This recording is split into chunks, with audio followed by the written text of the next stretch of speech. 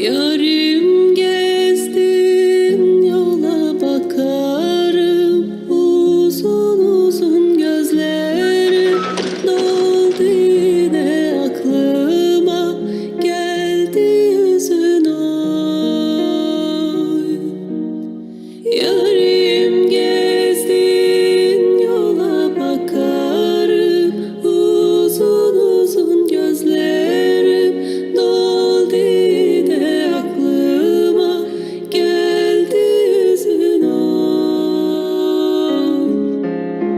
Al gözümden yaşları, gün gelir kurutursun, yaz bu bir kenara, gidersen unutursun.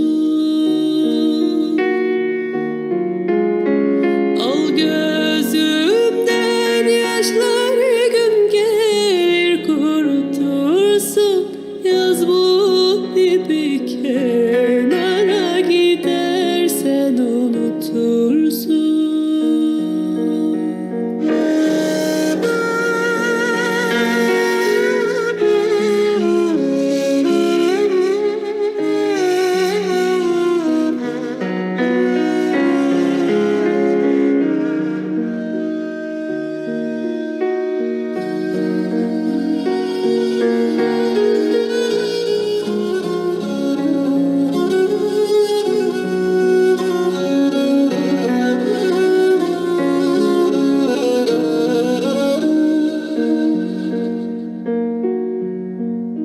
Limanın gemileri demir aldı, gidecek benim gözyaşlarımı kim gördü, kim bilecek oy.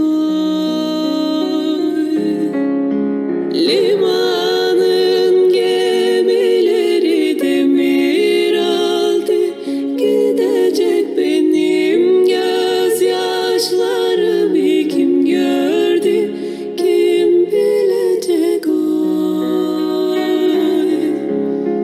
Al gözümden yaşları, gün gelir kurutursun, yaz bu bir kenara, gidersen unutursun.